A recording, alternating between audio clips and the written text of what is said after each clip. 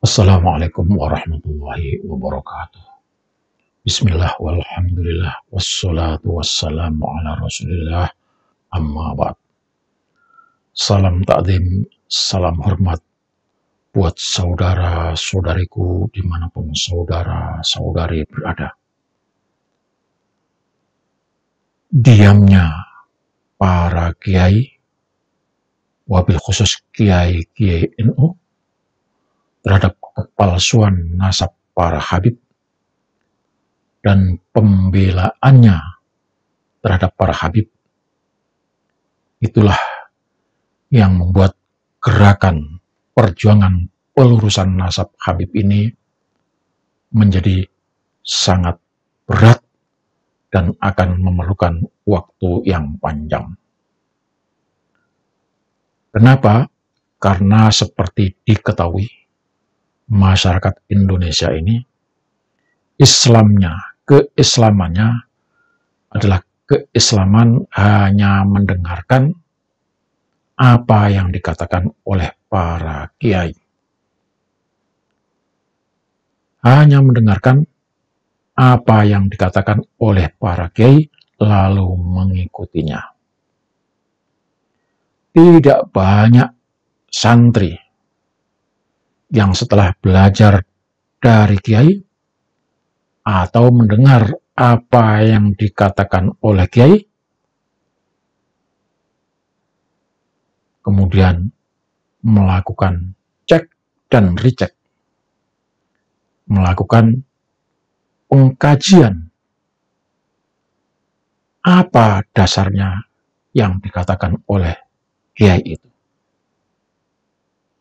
Jadi santrinya saja ketika mendengar dari ucapan kiai diterima langsung tanpa reserve, tanpa berpikir, sehingga tidak melakukan pencarian apa dasar yang disampaikan oleh kiai itu.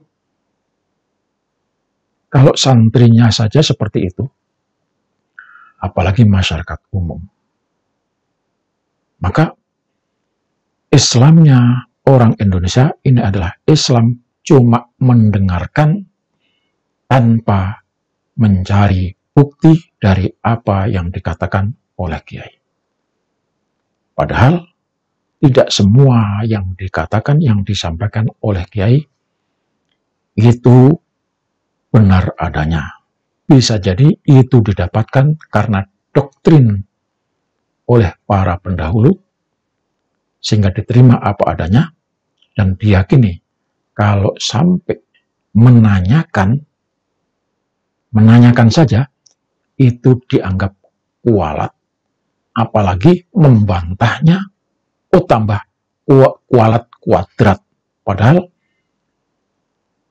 Imam Syafi'i bisa berbeda dengan gurunya, karena Imam Syafi'i setelah mendengar apa yang dikatakan oleh gurunya, Imam Syafi'i menemukan dalil, menemukan hujah, dan hujah itulah yang membuat dia bisa berbeda pendapat dengan kiainya. Tapi kalau ulama-ulama NU tidak.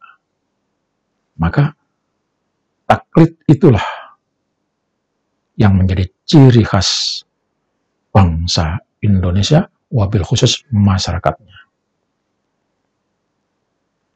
Itulah yang membuat urusan nasab para habib yang ngaku-ngaku sebagai cucu Rasul akan mengalami kendala dan bisa berlanjut cukup panjang dan lama. Kemudian kita pertanyakan, kenapa kiai-kiai itu diam, tidak bersuara, ikut meluruskan nasab para habib, sekalipun dia tahu ada sumber yang mestinya dijadikan rujukan, tapi tidak mau membacanya. Sudah dihadapkan, disodorkan, tapi tidak mau membacanya. Karena tidak mau membaca, maka doktrin kualat itu tetap merasuk dalam dirinya dan akan dipertahankan sepanjang hidupnya. Kalau hanya diam, tidak masalah. Tetapi ini membela Ba'alawi dengan mati-matian. Saudara-saudara sekalian, jadi memang ada kiai-kiai yang karena terkena doktrin tidak mau lagi membaca buku, karena kalau membaca buku ketemu dalil, ketemu hujah, dia pasti akan bergeser kepercayaannya, dan itu baginya adalah kualat besar. Ada beberapa alasan kenapa para kiai itu diam ketika tahu kebenaran, setidaknya dalam hati kecilnya. Bahkan tidak hanya diam, tetapi membelanya. Alasannya diantaranya adalah karena mereka sudah menikmati hasil materi, keuntungan sekian lama saat bergandeng renteng berhubungan dengan para habib. Bisa jadi, mungkin dia menjadi besar karena ada habib, karena dekat dengan habib, di mana habib itu sudah digembar-gemburkan, dimaklumkan kalau mereka itu keturunan Rasulullah. Jadi karena merasa dekat dengan keturunan Rasulullah, maka itulah yang menjadikan kiai-kiai itu besar dan menikmati keuntungannya. Bergandeng rentengan itu bisa berlanjut dengan musyawarah atau adanya besanan. Kalau kiainya tidak mungkin menikahi anaknya habib, tetapi anak kiai itulah yang dinikahi oleh anaknya para habib. Coba lihat itu kiai-kiai yang membela habib, pasti ada hubungan permantuan atau besanan. Di antaranya itu. Yang berikutnya, karena kiai-kiai sudah banyak mengirimkan anak-anaknya belajar di Tarim, mungkin gratis. Dan ketika belajar di sana, doktrin kepercayaan keyakinan kepada Habib sebagai keturunan Rasulullah itu makin dalam dan makin merasuk ke dalam pikiran bawah sadarnya, sehingga sulit untuk membantah atau menolak kalau Habib itu keturunan Rasulullah. Mereka tidak akan berani menolak. Kecuali anak-anak mahasiswa belajar yang kritis dan mencari sumber informasi, mencari berita dari kenyataan, dari data yang ada di sana. Maka beberapa hari yang lalu ada seorang mahasiswa yang menyatakan bahwa Habib itu adalah semuanya palsu. Karena di Tarim sendiri ada nakobah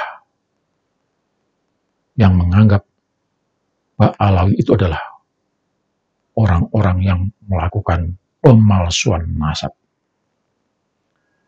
Anak mahasiswa itu mencari dan meneliti ke berbagai tempat. bahkan mendatangi nakobah-nakobah yang ada di sana. Dan nakobah-nakobah itu menyatakan, Bani Alwi atau Ba'alwi itu adalah keturunan palsu yang menyabot, membegal nasab, lalu diterapkan pada dirinya. Aku mengaku dirinya sebagai keturunan Rasulullah Shallallahu Alaihi Wasallam. Nah, anak-anak kiai yang belajar di sana itu ketika pulang, menambahkan keyakinan kepada bapak-bapaknya. Itu rata-rata kiai yang mengirimkan anaknya di sana, mereka pasti membela Ba'alawi. Sekali lagi, kecuali anak-anak yang punya pikiran dan kritis mengkaji setiap apa yang disampaikan oleh para habib atau guru yang ada di sana. Yang ketiga, kiai-kiai kita ini sudah terkena doktrin kualat. Ditanamkan kepada dirinya, kalau Habib-Habib itu keturunan Rasulullah, dan barang siapa yang berani menanyakan, apa benar Habib, sampean itu keturunan Rasulullah, tidak ada yang berani menanyakan itu. Karena itu dianggap sebagai ketidaksopanan atau su'ul adab. Dan itu diyakini akan mendatangkan kualat. Yang keempat, bisa jadi kiai-kiai dan mukibin itu dulu berafiliasi kepada FPI yang dipimpin oleh Habib Rizik. Jika saudara-saudara memperhatikan, orang-orang yang berani ngerutuk, yang melakukan penghadangan, penghalangan, persekusi terhadap orang-orang yang berjuang meluruskan nasab Habib ini, mereka adalah mantan-mantan pengagum dan pengikut FPI. Maka kalau ada kiai-kiai yang berkuar-kuar mengiblis-ibliskan Kiai Haji Imaduddin, pastikan itu adalah orang yang dulu tergabung dengan FPI. Maka kepada saudara sekalian yang sudah meyakini bahwa nasab Habib itu adalah palsu, tetaplah terus berjuang dan sabar. Sekali kita meyakini kebenaran, sekali kita percaya bahwa yang kita lakukan ini adalah benar, maka jangan mundur sampai ada bukti bahwa yang kita lakukan itu salah.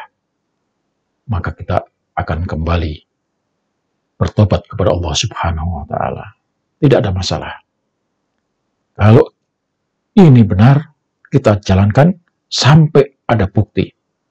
Misalnya, Habib-Habib itu melakukan tes DNA, dan hasil tes DNA-nya menunjukkan